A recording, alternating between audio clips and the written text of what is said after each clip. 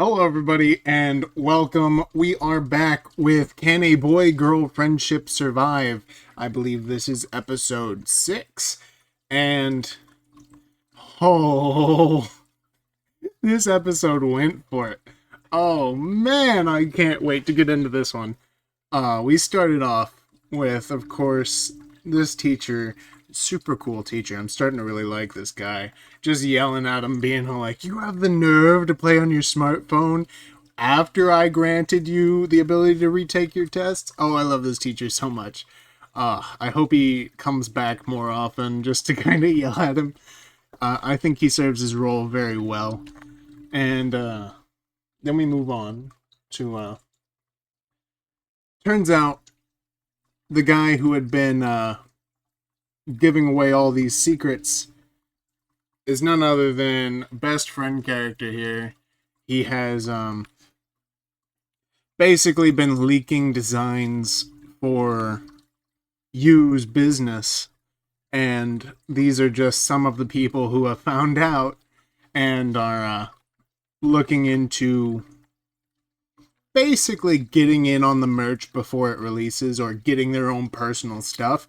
Not gonna happen, dude. That's not right. You shouldn't be just like cutting in line with I mean, it's a good business idea, but that doesn't seem to be what you is doing with the company right now. So it's kind of presumptuous to assume that you should be able to ask that.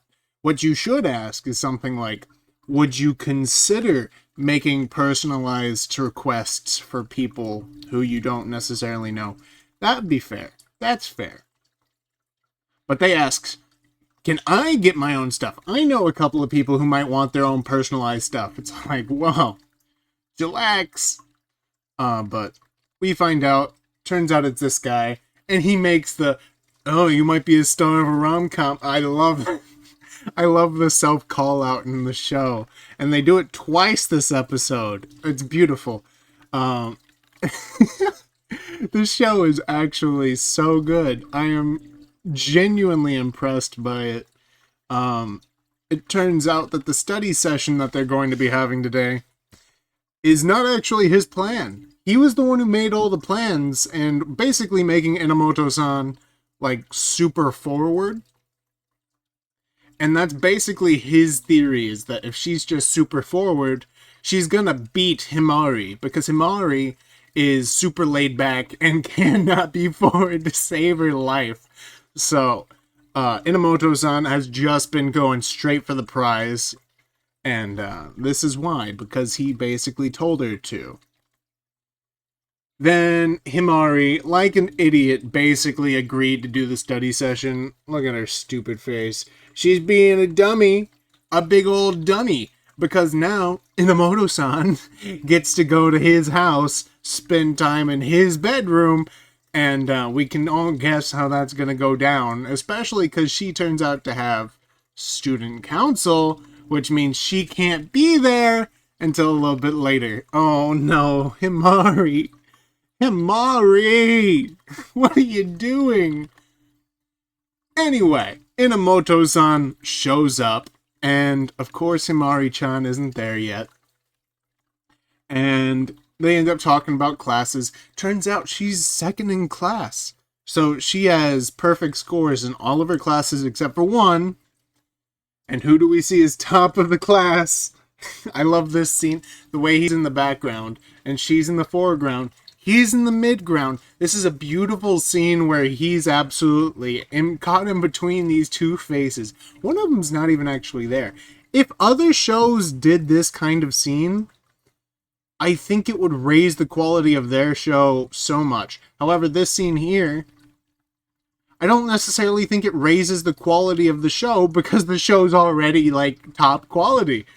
I love this show because I don't think it can do anything wrong at this point. Basically, it's a beautiful show with a beautiful piece. And just look at that laughing face. The way they animated that, it was gorgeous. I love all the animation this show has been doing. Absolutely gorgeous. Oh man, I cannot get enough of this show. And then here she is. Oh no! She was way too forward this. Oh, I was like, what? Where's this show going with this?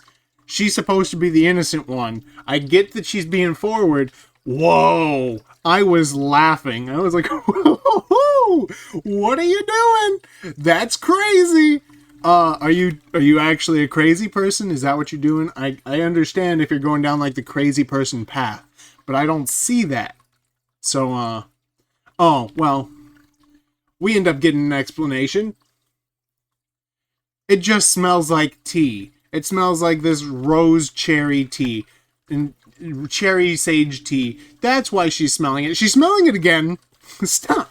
Stop smelling it. I see you. You cretin. I am so pro Himari, but if this is her competition, Himari's losing right now. Himari needs to step up because this is some serious competition. I was going to say something about the rose in her hair. I was going to say something about the rose in her hair in this scene, but it doesn't even compare. Like, this is why I took this screenshot, is because the rose hairpin, I was all like, oh, this is a declaration of war on Himari. She's basically saying, I'm wearing this rose hairpin, which is basically a testament to me and you's love. Then she goes and does this. And everything that I was thinking is just out the window. It's all like, doesn't even matter. Look at this. Look at, you cannot pull this stunt. You're supposed to be the innocent one. Stop. She doesn't stop. She goes crazy. Look at this. Oh no. And of course, oh, thank everything that this happens. Himari walks in and sees this. If Himari doesn't make a bigger deal out of this than what she did in the episode, Himari's losing. I can't. She is losing to Inamoto because Inamoto is actually making moves. And here we get proof of that. It's Inamoto-san confessed to me during our fight. You know, you hear that and you're all like, well, what are you going to do? Well, I'll tell you what you're going to do. You're going to freak out. Just like she did. And Inamoto-san's like, yes, I did. In English. I love that she says it in English because it just rubs it in so much more. Himari-san, you're falling behind to a degree that I don't know if you're coming back from this. This is problematic. Wake up.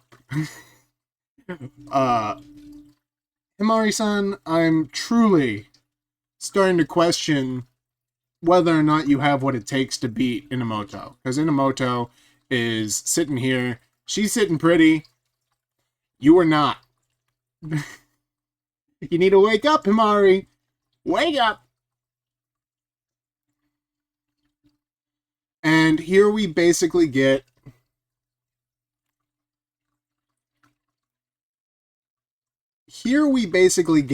Inamoto-san's kind of a reasoning here, where she says, if I become Yu's number one and Hee-chan's number one friend, then she wins. That's her outlook. That's what she wants out of this. So she's going to try to be Himari's friend, and then also Yu's girlfriend.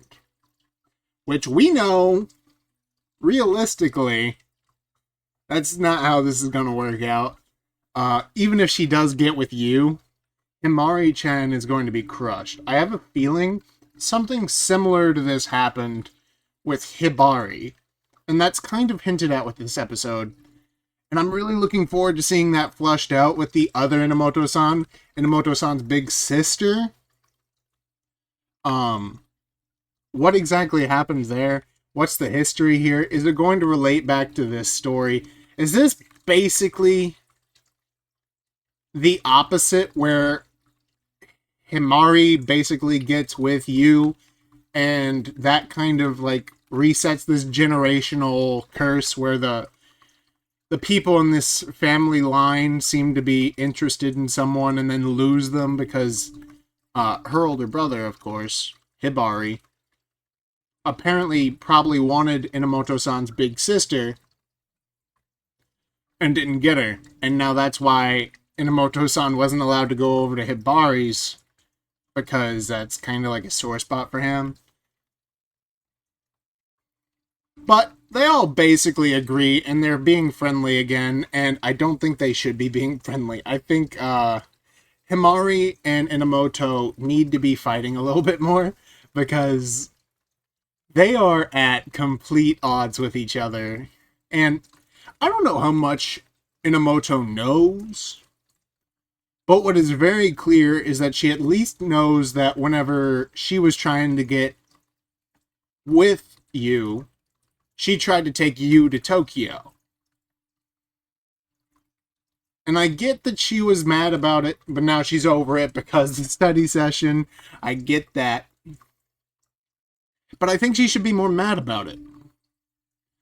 And if she knows anything more, then she should definitely know her goals are unrealistic. Then we get Hibari-san talking some sense into Himari, and he's saying, you know what you just did, right? You just put a curse upon your people, upon your land. You shouldn't have even been interested in being with you in a corporation sense because you fell in love with him. You should have just been, like, friendly. His success doesn't depend on you. And I'm expecting Himari to burst into tears here, but she's tough. She's tougher than she looks. And she basically asks, well, what can I do? And Hibari-san says, don't lie. Stop lying. You're throwing you off his game, and you doesn't know what to believe. Then she says, what technically constitutes as a lie? It was a reflex, don't hurt me! Ah. She deserves this in every single sense. But of course, it wouldn't be a good rom-com if the lover was also not being punished and yelled at for something. So he got perfect scores on everything on his tests, and the teacher's yelling at him again. So it's a good mirror. What did you guys think of this episode? I think this was probably one of the best and most fun episodes I've seen in a very long time. Go ahead and leave what you think in the comments. I'm so excited for more of this show. Until next time, I'll see you guys in the next episode, and you guys have a blessed day. And while you're here, go ahead and check out this video to see what you might have missed.